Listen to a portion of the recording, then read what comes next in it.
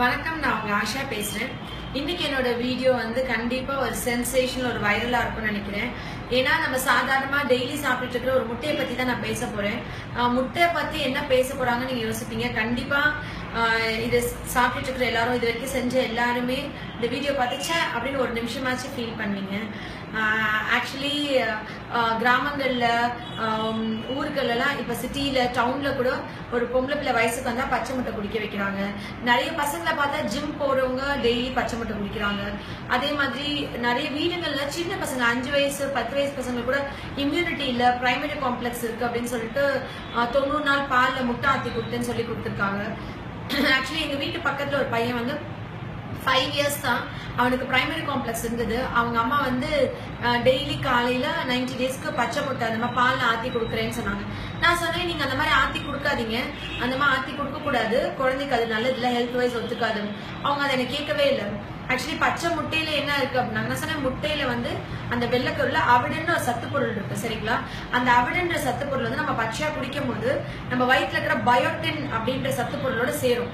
பயோட்டின்றது என்னதுன்னா vitamin B, vitamin A, B, அதில் சொல்றோம்ல சி, டி எல்லாம், அந்த விட்டமின் பியோட சப்டைப் தான் பயோட்டின். அது நம்ம உயிர் வாழ ரொம்ப முக்கியம். அந்த பச்சை முட்டை நம்ம குடிக்கும் போது இந்த விட்டமின் பயோட்டினோட இது சேரும் போது, இந்த அவிடன் சேரும் போது நம்மளுடைய நுரையீரலுடைய பேரன்கெமா, லங் பேரன்கெமா நிரந்தரமா சுருங்கிடும். அதை நம்ம சென்சிட்டிவிட்டின்னு சொல்லுவோம். அலர்ஜிக்கான முதல் சென்சிட்டிவிட்டி, அந்த தூண்டுதல் அப்பதான் நடக்குது. அதுக்கப்புறம் அவங்க எப்ப எக் சாப்பிட்டாலும், முட்டை அவிச்சோ இல்ல எக் எனி ஃபார்ம், கேக்காவோ இல்ல egg fried rice, egg noodles, முட்டை கலந்து எந்த சாப்பாடு சாப்பிடும் போதும் அவங்களுக்கு அந்த சென்சிட்டிவிட்டி, அனஃபிலாக்சிஸ் ஆக ஆரம்பிக்கும். அனஃபிலாக்டிக்னா என்னன்னா, ஒரு தடவை ஒரு சாப்பாடு பொருளுக்கு நம்மளுக்கு ஒத்துக்கல, நம்ம உடம்பு ஒவ்வாமை வந்துச்சுன்னா அடுத்த தடவை அந்த சாப்பாடு நம்ம சாப்பிடும் போது நம்ம உடம்புல சீரியஸான ரியாக்ஷன்ஸ் ஆகும், உயிர் பிரியிற அளவுக்கு வரைக்கும். நான் ஏன் இவ்வளவு ஸ்ட்ராங்கா சொல்றேன்னா, அந்த பையனுக்கு அந்த மாதிரி கொடுத்த உடனே அவனுக்கு உடம்புக்கு முடியாம போச்சு. நிறைய இன்வெஸ்டிகேஷன்ஸ் எல்லாம் பண்ணாங்க. அப்புறம் ஒரு பெரிய ஹாஸ்பிட்டல் போய் அட்மிட் பண்ணாங்க. பண்ணப்ப அந்த பையனுக்கு மூச்சு திணறல் இருக்குன்னு ஆக்சிஜன் வச்சாங்க. ஆக்சிஜன் வச்சப்ப வெண்டிலேட்டர்ல போயிட்டாங்க. 100% ஆக்சிஜன் வச்சும் நுரையீரல் ஆக்சிஜனை எடுத்துக்கல. அக்யூட் ரெஸ்பிரேட்டரி டிஸ்ட்ரெஸ் சிண்ட்ரோம், நுரையீரல் ஏன் வேலை பார்க்கலன்னு தெரியல அப்படின்னு அந்த பையன் இறந்ததுக்கு அப்புறம் அவங்க கொடுத்த ரிப்போர்ட். அவனுக்கு டிபி நெகட்டிவ், எல்லா வியாதியும் நெகட்டிவ், எந்த வியாதியும் இல்லை. ஆனா அவன் லங் கொலாப்ஸ் ஆயிடுச்சு. இது எவ்வளவு ஒரு சீரியஸான விஷயம் இந்த வீடியோ கேட்டுட்டு இருக்க எல்லாருக்கும் புரிஞ்சிருக்கும்னு நினைக்கிறேன். நல்லா தெரிஞ்சுக்கோங்க, முட்டை இருக்கிறதுலயே எந்த டாக்டரும், டிவியில கூட எக் டெய்லி சாப்பிடுங்க நம்ம அரசாங்கம் சொல்றாங்க, யாரும் பச்சை முட்டை குடிங்கன்னு சொல்லல, சரிங்களா? எந்த ஒரு டாக்டரோ எந்த ஒரு எஜுகேட்டட் பர்சன்ஸ் பச்சை முட்டை குடிங்க நல்லது நம்ம உடம்புக்கு சொல்றதே இல்லை. ஆனா நீங்க பச்சை முட்டை குடிச்சிட்டு, நாங்க எங்க தாத்தா பாட்டி தலைமுறையா பண்ணாங்க. ஏன்னா எனக்கு என்னோட பாட்டி 30 நாள் பச்சை முட்டை கொடுத்துருக்காங்க, நானும் குடிச்சிருக்கேன், சரிங்களா? என்னன்னா இந்த சென்சிட்டிவிட்டி, அலர்ஜி ஒரு ஏஜ்க்கு அப்புறம் தான் டெவலப் ஆகும். என்னென்ன சிம்டம்ஸ் இருக்கும்? எக் நான் 15 வயசுல குடிச்சேன், அது எனக்கு 40 வயசுல வருமானா?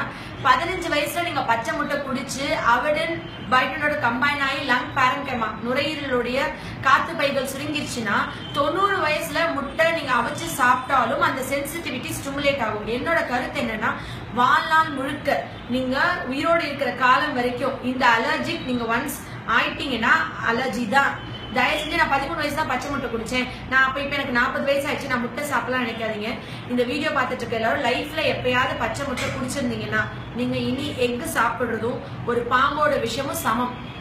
நீங்க ஒரு கூட்ட நெரிசலான இடம், காற்றோட்டம் இல்லாத இடத்துல இருந்தா படபடப்பா இருக்குது, மூச்சு தள்ளி, லேடி சொல்லுவாங்க எனக்கு டைட்டான பிளவுஸ் போட்டுக்கிட்டா கூட மூச்சு வாங்குது, பெருமூச்சு வாங்குது, நான் அதனால லூஸ் பண்ணிப்பேன். பசங்கன்னா காலர் பட்டன் போட்டுக்க முடியல, ஒரு மாடி ஏறி இறங்கினா மூச்சு வாங்குது, சைக்கிள் ஓட்டினா மூச்சு வாங்குது, ஏன் ஒரு நடந்துட்டே போன் பேசினா ஏன் இவ்வளவு மூச்சு வாங்குதுன்னு ஆப்போசிட்ல இருக்கவங்க கேக்குறாங்க. அதே மாதிரி கொஞ்சம் சாப்பிட்டா வயிறு நிறைஞ்சுக்குது, நெஞ்சு கழிக்குது, எது கழிக்குது, ரொம்ப காமன். எக் அலர்ஜி எனக்கு இருக்கு அப்படின்னா, நீங்க பச்சை முட்டை குடிச்சிருக்கீங்க, இன்னைக்கு எனக்கு எக் அலர்ஜி இருக்கா தெரிஞ்சுக்கணும் அப்படின்னா தொடர்ந்து ஒரு 10 நாள் முட்டை சாப்பிடுங்க, கண் அரிக்க ஆரம்பிக்கும். Egg allergy first sensitivity. நிறைய பேர் கண்ணை தேய்ச்சி கண் மேல இருக்கிற ஐ லேஷஸ் எல்லாம் கொட்டி போய் வருவாங்க. நம்ம மூச்சு உள்ள இழுத்துட்டோமா, மூச்சு வெளியே விட்டோமான்னு கவனிக்க மாட்டோம், ஏன்னா அது இன்வாலண்டரி ஆக்ஷன். ஆனா எக் சென்சிட்டிவிட்டி அலர்ஜி இருக்கவங்க மூச்சு உள்ள இழுத்துட்டோமா வெளியே விட்டோமா, இங்கேயே போற மாதிரி இருக்கு, காத்து பத்தல அப்படின்னு சொல்லி அவங்களுக்கு அந்த ஏர் அங்க இருக்கும். அப்படி இழுத்து விட்டாதான் அந்த மூச்சு உள்ள இங்க வரைக்கும் ரீச் ஆன மாதிரி அவங்களுக்கு அந்த ஃபீலிங் இருக்கும்.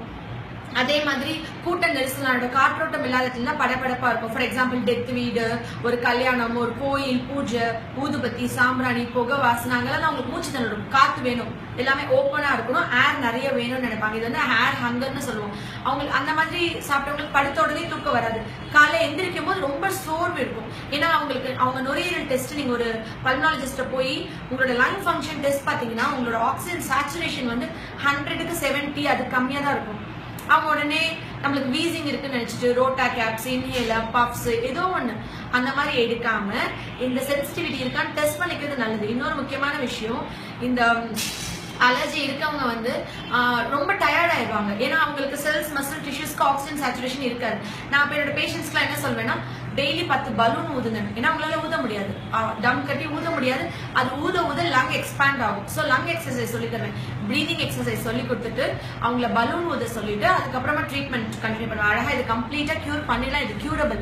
ஆனா இது எதனாலன்னு தெரிஞ்சுக்காம ஈஸ்னோஃபில்ஸ் கூட இருக்கு, அப்சர்வ் ஈஸ்னோஃபில்ஸ் கூட இருக்கு, மூக்கு தண்டுவலை வளைஞ்சிருக்கு, மூக்குல செத வளைஞ்சிருக்கு, டஸ்ட் அலர்ஜி இருக்கு, தும்மல் இருக்கு அப்படின்னு ட்ரீட்மெண்ட் எடுக்க 100ல 99 பேர் டஸ்ட் அலர்ஜி, தும்மல், வீசிங், அப்புறம் இந்த சென்சிட்டிவிட்டி, இது எல்லாமே சிம்டம்ஸோட சொல்றீங்க இல்லையா?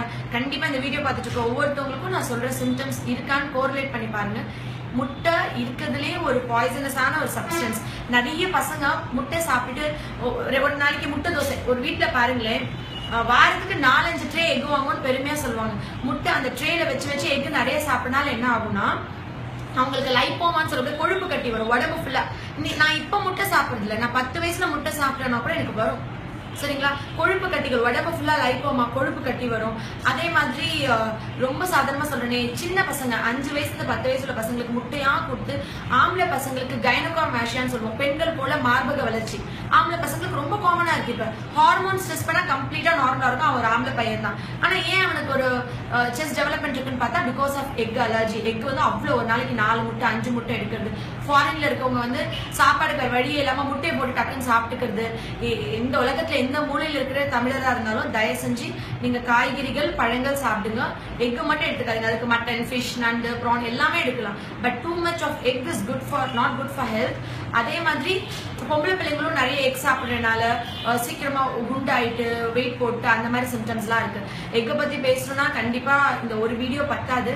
பட் இனிமே இந்த வீடியோ பார்த்துட்டு இருக்கிற கிராமங்கள்லயோ சிட்டிலயோ ஒவ்வொரு மூலையில இருக்கிற உலகத்துல உள்ள ஒரு மூலையில இருக்கவங்க கூட, இனி என் பிள்ளை வயசுக்கு வந்தா நான் பச்சை முட்டை குடிக்க வைக்க மாட்டேன். பச்சை முட்டை குடிக்கிறதும் விஷம் கொடுக்கறதும் ஒண்ணு, அது என் குழந்தையோட எதிர்காலம் வாழ்நாளையே பாதிக்கும், நான் இனி முட்டை கொடுக்க மாட்டேன்னு ஒரு சத்தியம் பண்ணீங்கன்னா அது எனக்கு உலகத்திலேயே பெஸ்ட் அவார்டா இருக்கும். இந்த அவார்டு எனக்கு இதை விட வேற எதுவுமே இருக்காது. நிச்சயமா இந்த வீடியோ பார்த்துட்டு இருக்க எல்லாரும் வயசுக்கு வந்தா பொம்பளை பிள்ளைங்களுக்கு பச்சை முட்டை கொடுக்காதீங்க. பசங்களும் சரி, பெரிய ஆட்களும் சரி, ஜிம் போறணும் எது பண்ணணும், பச்சை முட்டை கொடுக்காதீங்க. தயவு செஞ்சு அவிச்சு சாப்பிடுங்க.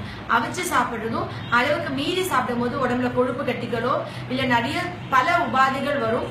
தயவு செஞ்சு இந்த மாதிரி எது சிம்டம்ஸ் நான் சொன்ன மாதிரி இருக்கிற சிம்டம்ஸ் இருந்தா நீங்க உடனே உங்க அருகாமையில் உள்ள டாக்டர்கிட்ட போயிட்டு உங்களுக்கான லங் எக்ஸசைஸ், பலூன் ஊதுறது, ஒருவேளை இந்த மாதிரி அலர்ஜி சென்சிட்டிவிட்டி இருந்து நீங்க இவ்வளவு நாள் ஒரு ENT டாக்டர் யார்ட்டே பார்த்துட்டு இருந்தா அவங்க கிட்ட இந்த எக் அலர்ஜிக்கு ஸ்கின் பிரிக் டெஸ்ட் எல்லாமே இருக்கு, இன்வெஸ்டிகேஷன்ஸ். நீங்க அதை பார்த்துட்டு அதை சரி பண்ணிக்கோங்க. சரி, நான் சாப்பிட்டுட்டேன் இவ்வளவு நாள், இனிமே நான் என்ன பண்ணணும்னா, இனிமே முட்டைய வாழ்நாள்ல தொடாதீங்க. முட்டை ஒண்ணு சாப்பிடாதனால உங்களுக்கு இந்த அலர்ஜி திருப்பி ஸ்டிமுலேட் ஆகாது. சரிங்களா? நீங்க பலூன் ஊதி மூச்சு பயிற்சி பண்ணி உங்க லங்ஸ் எக்ஸ்பேண்ட் பண்ணிக்கலாம். நன்றி.